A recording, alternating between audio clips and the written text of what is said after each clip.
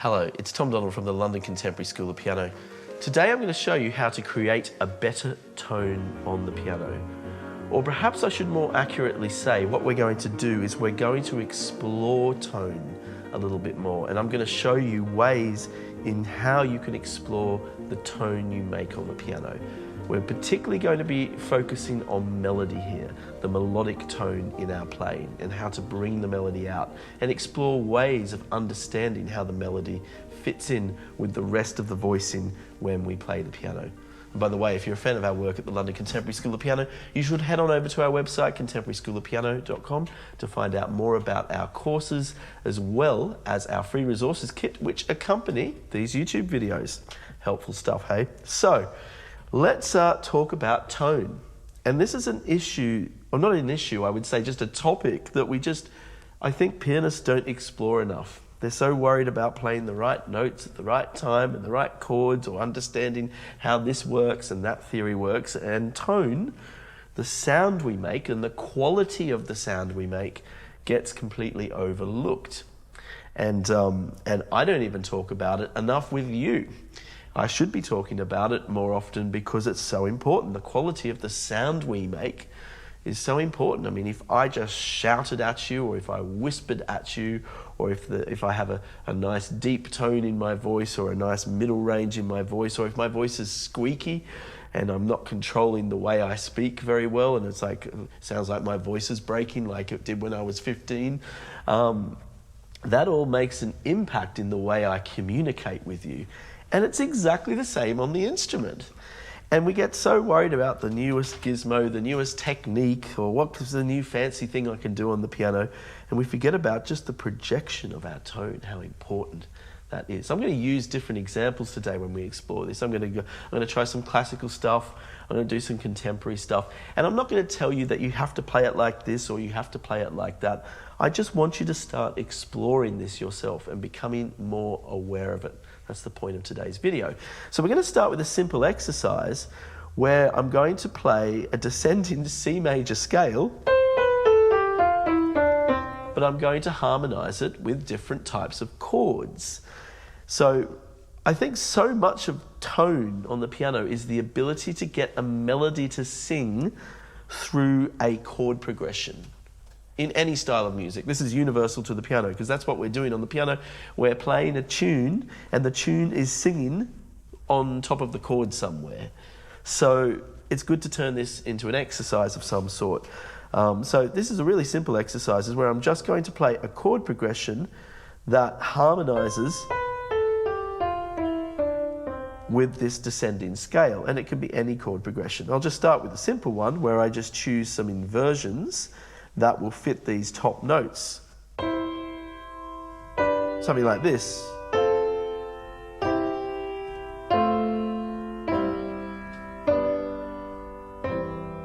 That's a nice one. C major, G major, F major, C major, F major, C major, G major, C major. And there's many variations I could use. But what I'm trying to do here, this is the principle, this is the mistake we often make, is everything just sounds too even and vanilla, and we often just hear this sort of thing.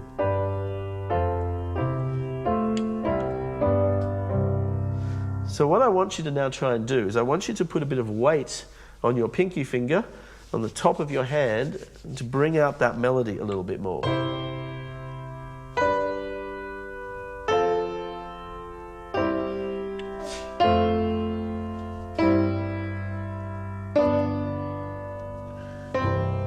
Try that again.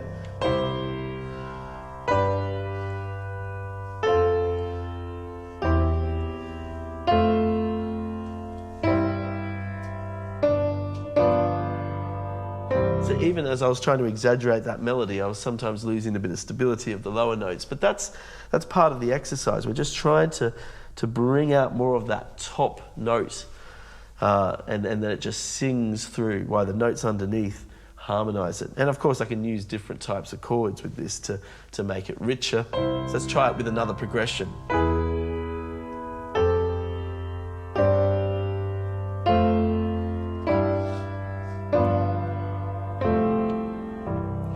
You can even even try it with a sort of a weirder progression, like let me just play it all as major chords going down the scale, all as major chords, and turning the actual note in the melody into its own chord. C major, B major, A major, G major, F major, E major, D major, C major. And again, it's just because the chords sound a little quirky that way. It can help me just focus on bringing that melody out.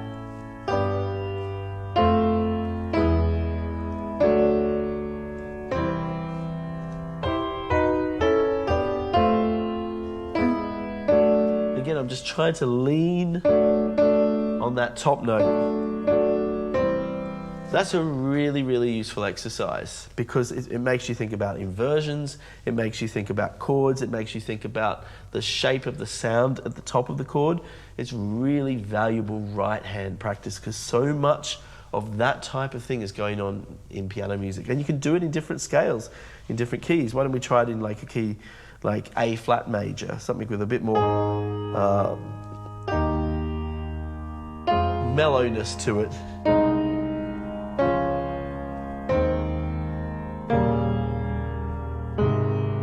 And I'm using the pedal to help me get that tone. I'm not just, if I'm just using my hands only, I then have to, and it's good to try it then without the pedal, then I have to use different fingering to get that legato.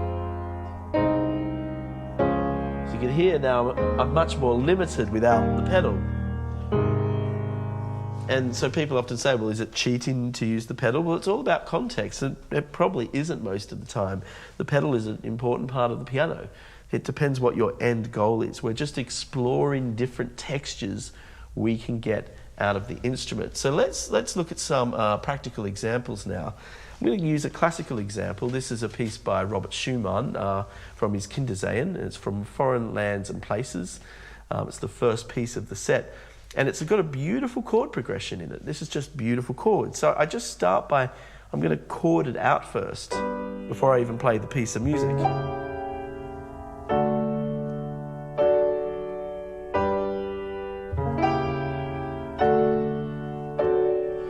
Just to get a sense of the harmonic movement.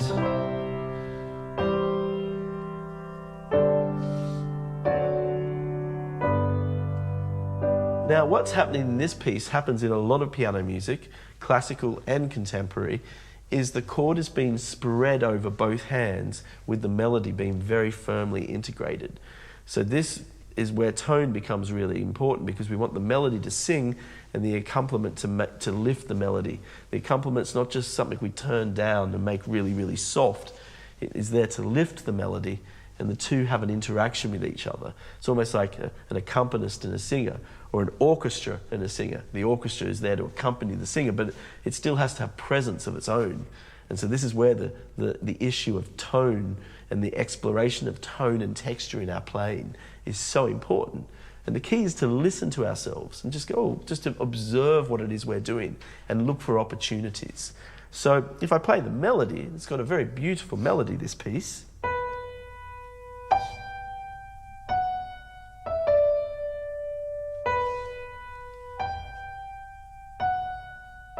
Very simple melody, as you can hear.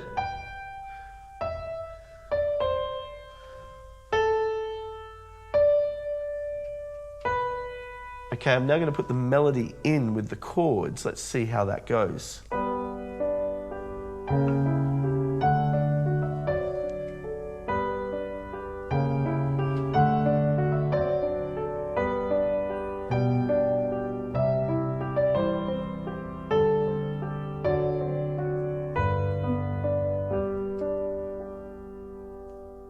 Now, a few things I can observe there is we have this bass line as well.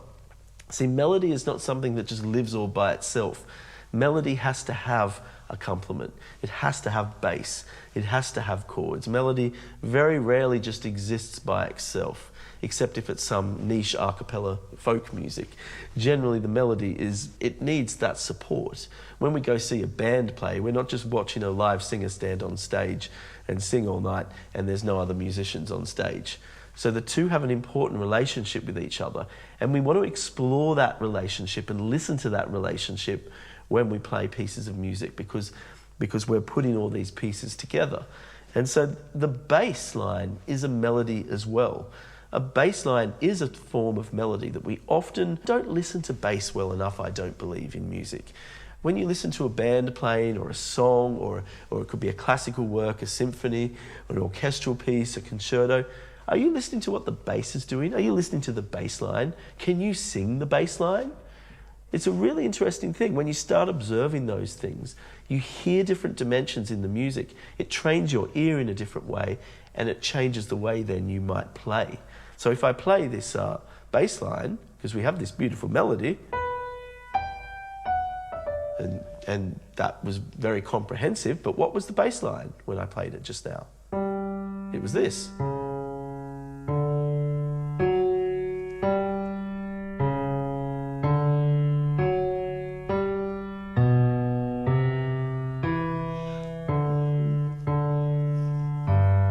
See, I think that's so important. I'm going to do that again. It's even good to sing it.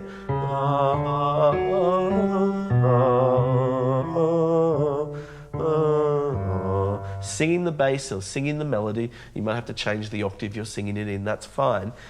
It's so important to do that because it builds a connection with your body, with the music and your body, because the instrument of our body is the voice. So building that connection, I think singing what I play has improved my tone over the years so much. In a way, I see myself as a singer on the piano when I play melodies. I'm doing with my fingers what I wish I could do as a singer. And so perhaps it's really good to just connect the two together. Now we're going to do what a singer can't do. We're going to be a choir with our 10 fingers. We're going to now have a bass part and the vocal melody, the melody line. I'm going to put the two together.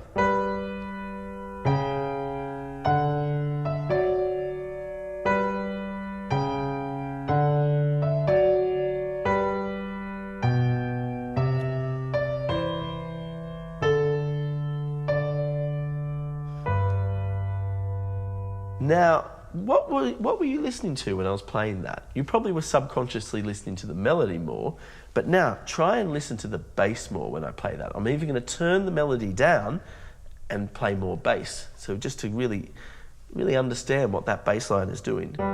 So the melody is now going to be softened, and this is really good for your technique to practice turning up voices and turning down voices like a sound engineer, like a conductor of an orchestra. You guys go softer, you go louder.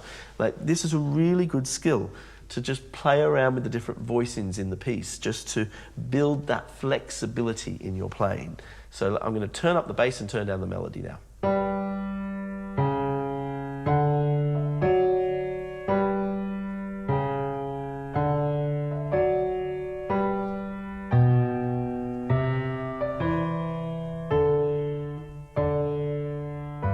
And now the opposite.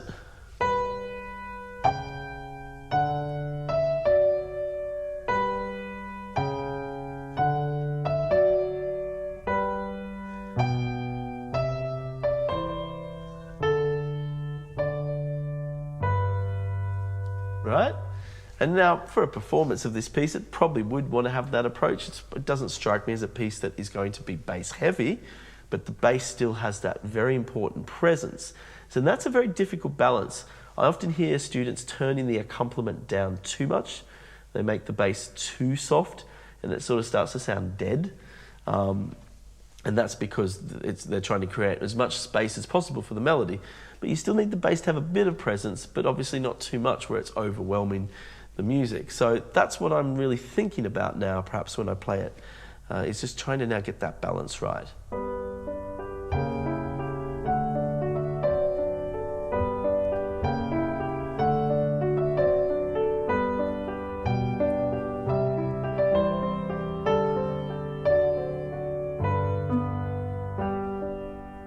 Yeah, just trying to find that right point of balance. And there's no right or wrong. There's just different interpretations, and you can listen to different recordings of a piece like this or any piece of music to hear the differences in the tone and the voicing. And that's the step that's magic in this. It's not like there's a right or wrong way to play it. There's just different approaches, and you becoming more aware of tone. That's what this is all about. It's your awareness. When you become more aware, then more opportunities creep into your playing. A thing I often see students do in my teaching work is I'll often see them playing the melody in a slightly, I'll demonstrate what I often hear. Something like this, maybe.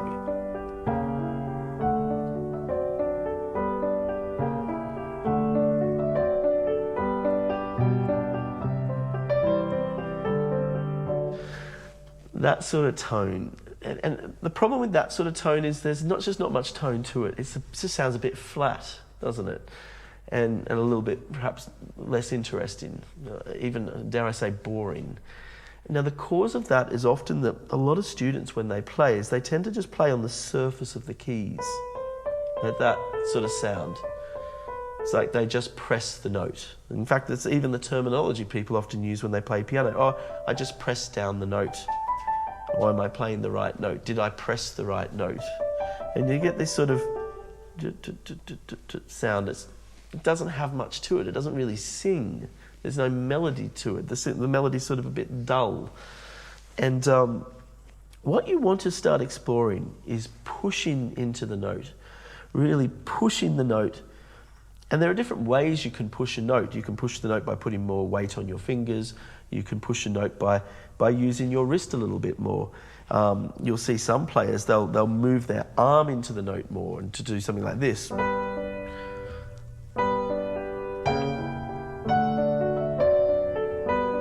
Or they might just do it at the beginning of the phrase. Like they'll start the phrase, they'll literally drop their hand and push into the note at the start of the phrase like this. And then the rest of the phrase is a little softer, like that sort of thing. I'll do it again. No, it was too much. That sort of thing, right? It creates, you have to get a bit of technical control to do it. But this idea of pushing into the note. Now, the problem is that then when people try and push into the note to get more of that beautiful melodic sound, the mistake they often make is they hit the note. We don't want to hit the note in this context. There's other types of music where, yes, you can hit the note, but we actually don't want to hit the note. We want to lean in and push the note to get that melodic sound. It's like we're hitting the note slowly or pushing the note slowly. And you can even try and practice a scale like that. Use any fingering you want. Use the pedal to help you. It's like a false legato. And I'm pushing into the note. I'm slightly over-exaggerating my body movements here, but it's just to show you that lovely melodic sound I'm squeezing out of the string. I want to make the piano sing. I mean, imagine it's got vibrato. I want to make the instrument sing. And this applies to popular music as well. I could play a contemporary piece, well, not so contemporary, but maybe a Beatles song or something like, like a Beatles song like this, Here, There and Everywhere. I'm using exactly the same approach.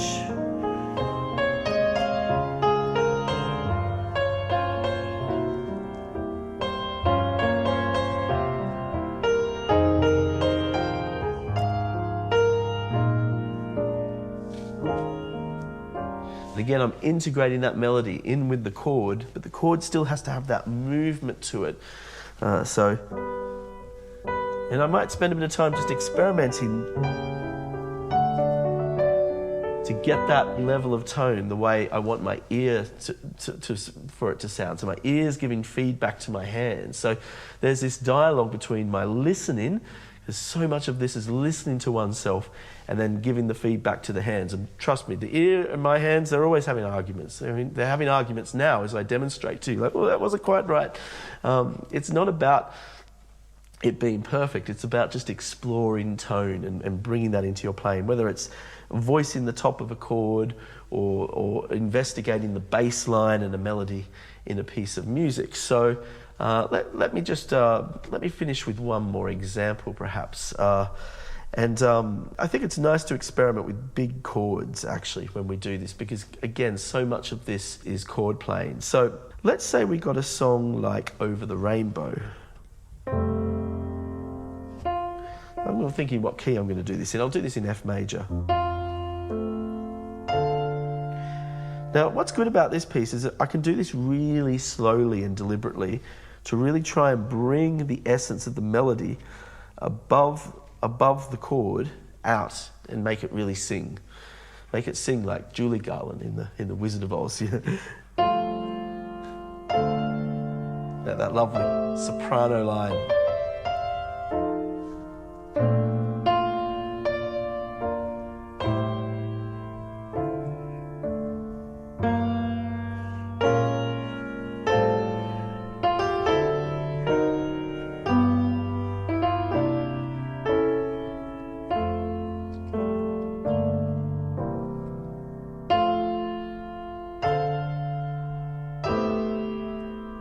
And then I might want to bring out the chord a bit more sometimes.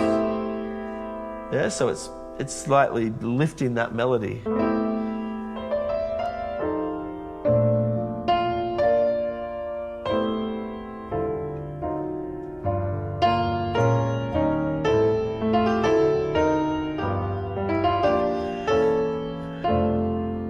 Now, in a sense, that's where classical piano and contemporary piano really work hand in hand when it comes to melody, because the approach is exactly the same, but the context is often very different. Like one thing you can do in, let's say, American songbook, jazz pieces that you can't do in classical music as effectively, is you can improvise on the timing a little bit. So you can, in a piece like Over the Rainbow, you can sort of croon on it a bit, like a crooner singer would do. That would mean entering the phrase a little bit late or a little bit early and compensating for it.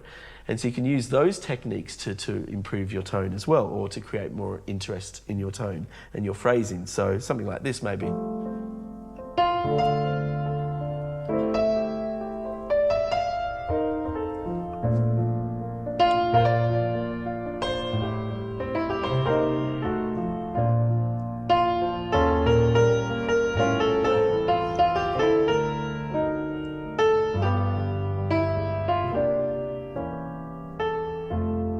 A good example of that sort of technique would be a song like Fly Me to the Moon.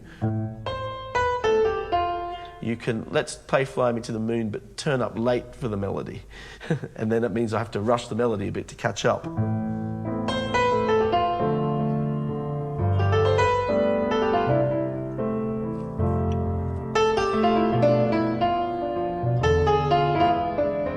Now I'm going to do the opposite. I'm going to sort of show up early to the melody.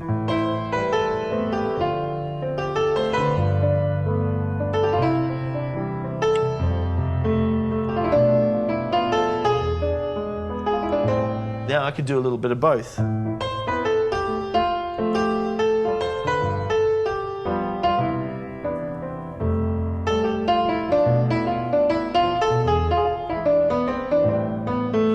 I can add sort of little embellishments with it. But again, these are phrasing techniques that can just lift my tone a little bit, or I can experiment with them to help my tone. Another contemporary technique that you wouldn't hear, let's say, in classical playing as much, though there's always exceptions, is what you might come across in blues and some jazz as well. And that's where you go for a more brash tone, a brash tone that, that in some forms of classical music we might call the bashing on the piano, and it's not a good thing to do, but it works in the context of certain blues contexts. Particularly with a really sort of classic example would be pianists to the likes of Thelonious Monk. And he had the tone, he was a very unique player with his own, very personal tone to playing piano. But to me, it's almost like he was a horn player, like a sax player, and he's trying to make the piano sound like something else. And I think that's where the piano can be at its best and most interesting, is when we try and make it sound like something that it isn't. So when we're playing these classical melodies or these beautiful show tune melodies, I'm trying to make the piano sound like a singer or a cello, something that a piano can't do. Like a piano can't do what singers do. A piano can't do what a cello does. I mean, the cello is like the envy of all instruments when it comes to tone, because it's the most beautiful instrument. Like, how do we play this Schumann as if it were a cello? I mean, it's like impossible, mission impossible, but at least you're then setting yourself a really high standard benchmark of tone.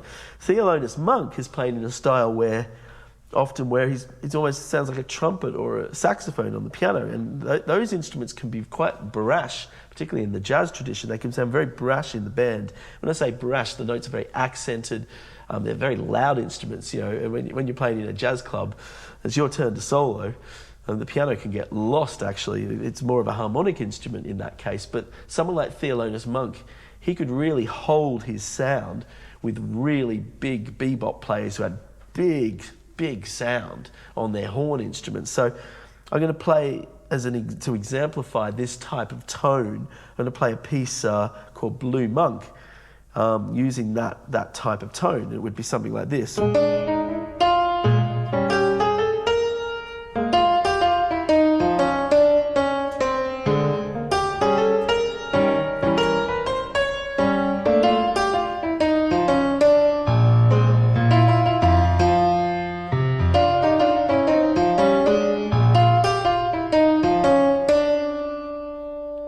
It's quite a brash tone, but it works so well. And if you're a classical player, for instance, and you're like, how do I sound like that? I'll show you a little quick trick to try and sound like that. Is you learn the melody, you get the melody of the piece, and just play it with your strong fingers. Limit yourself to fingers only 2 and 3, and try and play the tune. It really helps you get that type of phrasing. Even if you slip, it's a very authentic slip, right? Sounds very bluesy.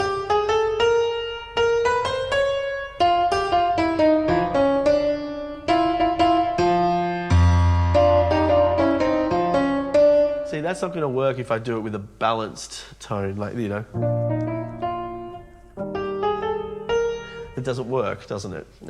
Because the context of it, the cultural style of the music, it goes down to culture, style, developments. There's so many reasons. It's language. Music is a language, and different languages sound different to each other. French sounds different to German. German sounds different to Russian, to Arabic, to even accents within one language can sound different. And music has these accents. It's quite difficult, actually, if you think about it. Tone's not a black and white thing. It's also a reflection of the musical language. So by having an instrument or a sound, saxophone, trumpet, cello, that gives us a sound to go by when we're building and developing that language in our ear. And it all comes back to the ear, the ability to listen to oneself. So I'm going to give you another example to finish off with that is completely different. I'm going to play a piece by Rachmaninoff, a part of his C-sharp minor prelude, because this is, again, just goes back to probably the first thing I was talking about today, the importance of being able to have chords and integrate the melody in the chords. And I think this piece is almost like a penultimate example of that. It starts with this.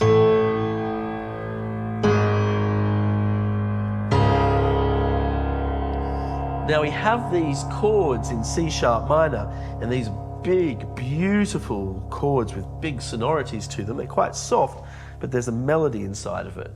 So I'm just going to play these chords, and I'm going to try and bring the melody out of the top of the piano.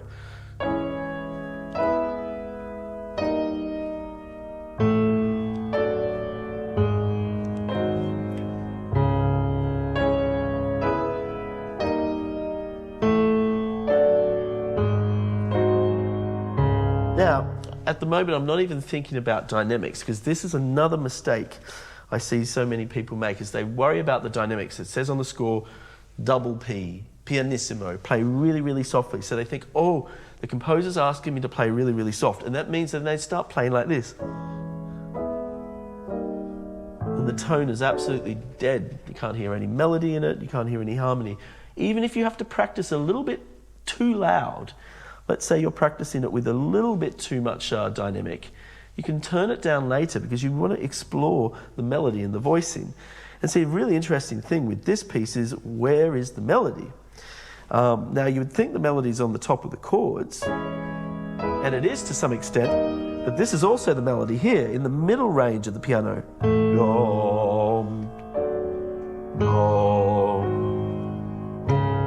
So there's this other melody down here. So it's like a bass melody and a soprano melody at top, and they're having like a duet together. And I figured this out. The first time I ever figured this out was when I heard Rachmaninoff's own recording of this piece.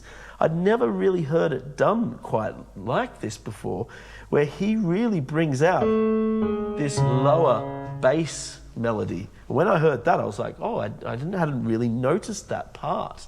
So I'm going to now try and play around with this melody and this melody, all in the context of these big chords. Let's try it.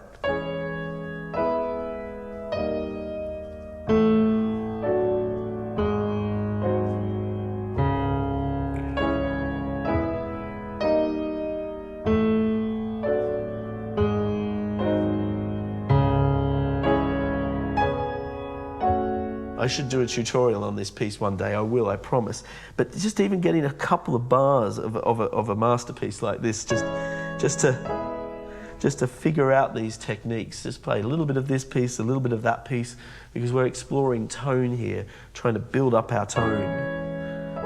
Now I'm going to try it with the melody a bit more reserved now, just more chord texture. Maybe that's going to work better.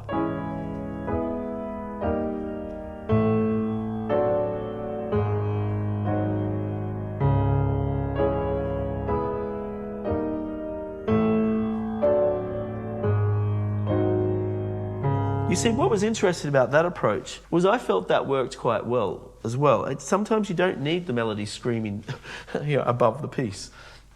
As important as that technique is, sometimes the melody can actually just be a bit more reserved. And in a piece like this, the chords have so much weight to them, so much flavour to them, maybe the melody doesn't need to sing out as much. And these are all, they're all going to the topic of interpretation. And I know we're running horribly over time right now because it's been a very long video. But this is a really unexplored topic in piano, and I'd like you to experiment more with your tone, and I hope this helps you. If you'd like any extra support and help from us at the school, at the London Contemporary School of Piano, drop us an email. Visit our website, contemporaryschoolofpiano.com. Inquire about our coaching programs. Our teachers are some of the finest piano teachers you'll find anywhere on this planet. I know because I go through an extremely painful process of finding these amazing teachers. They're unbelievable. I've learned so much from them. Everything you see on this channel, by the way, is not just accumulation of decades of research and development into piano learning and better ways to learn piano, but also testament to the amazing coaches we have on our team and the lesson plans that we have been given for decades at the school. It's been lovely to speak with you today. And don't forget to visit our site, contemporaryschoolofpiano.com, and ask for our free resources kit, or learn more about our courses such as our complete musician program, which will give you the ultimate hit and structure you need for your piano playing. I look forward to speaking with you soon. Bye-bye.